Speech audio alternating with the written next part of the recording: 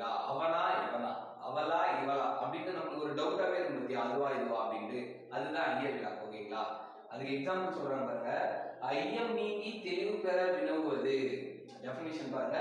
ஐயம் நீங்கி தெளிவு பெற வினவுவது. ஓகேங்களா? அப்போ நம்மளுக்கு இருக்க டவுட்டை மத்தவங்க கிட்ட கேட்டு தெரிஞ்சுக்கிறது தான் ஐய வினா. எக்ஸாம்பிள் பாத்தீங்கன்னா, அங்கே கிடப்பது பாம்பா கயிறா. இப்போ ரோட்ல போறீங்க, ஒரு கயிறு கிடக்குது. ஆனா உங்களுக்கு ஒரு டவுட், அது பாம்பா இல்ல கயிறான்னு டவுட். ஓகேங்களா? அப்போ அது பாம்பா கயிறான்னு கேக்குறீங்களா, அதுதான் ஒரு டவுட்டா கேட்கறது தான் ஐய வினா. ஓகேங்களா? எக்ஸாம்பிள் இன்னொரு எக்ஸாம்பிள் சொல்லணும்னா, இந்த செயலை செய்தது மங்கையா இல்ல மடந்தையா. ஓகேங்களா? அப்படின்னு கேட்பாங்க. இதை செய்தது அவனா இல்ல அவளா அப்படின்னு கேட்பாங்க. இதுவா அதுவான்னு கேட்கறது தான் ஐய வினா. ஓகேங்களா? அடுத்தது வந்து குழல் வினா. குழல்னா நம்ம கிட்ட ஒண்ணு இல்ல, அதை மத்தவங்க கிட்ட இருந்து நம்ம வாங்கிக்கிறதுக்காக கேட்போம்ல, அதுதான் குழல் வினா. குழல் வினா அப்படின்னா ஒரு பொருளை வாங்கி கொள்ளும் பொருட்டு.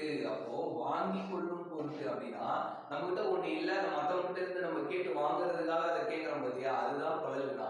எக்ஸாம்பிள் பாத்தீங்கன்னா, ஜெயகாந்தன் சிறுகதை இருக்கிறதா என்று நூலகரிடம் கேட்பது. ஓகேங்களா? அப்போ ஜெயகாந்தன் சிறுகதைகள் இருக்கிறதா அப்படின்னு நூலகர்கிட்ட கேட்டா என்ன சொல்றோம், நம்ம கிட்ட புக் இல்ல, ஜெயகாந்தன் சிறுகதைகள் புக்கில் கொடுங்க, உங்ககிட்ட இருக்குதான்னு கேட்கிறோம்ல நூலகர்கிட்ட, அதுதான் குழல் வினா. ஓகேங்களா? என்கிட்ட ஒண்ணு இல்ல, உன்கிட்ட இருக்கான்னு கேட்கல. நம்ம இன்னும் ஒரு பெஸ்ட் எக்ஸாம்பிள் சொன்னா, நம்மளுக்கு ஏதாவது பெண் நினைச்சுக்க, 2 பேனா வச்சிருக்கேன்னு கேட்போம். ஓகேவா? அப்போ ஒரு பேனா நம்மளுக்கு கொடு அப்படின்னு கேட்கறதா.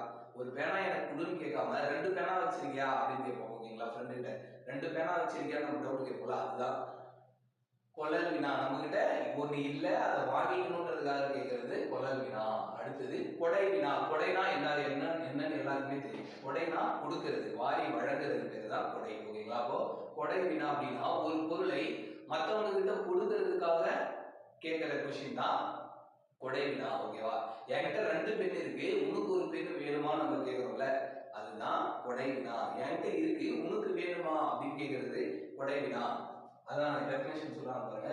பிறருக்கு ஒரு பொருளை கொடுத்து உதவும் பொருட்டு கேட்பது. அப்போ பிறருக்கு ஒரு பொருளை கொடுத்து உதவுவது, அதுக்காக கேட்கறது தான் கொடை வினா.